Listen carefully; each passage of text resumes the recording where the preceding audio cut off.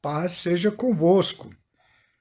A letra M não pode ser considerada com o valor 1000 na gematria do Apocalipse, capítulo 13, porque este valor 1000 para a letra M só foi adotado durante a Idade Média, quarto século, sexto século.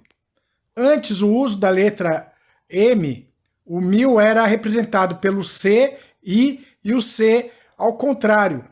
Era dessa forma. João do Apocalipse viveu no primeiro século, então nós temos que usar a geometria antiga.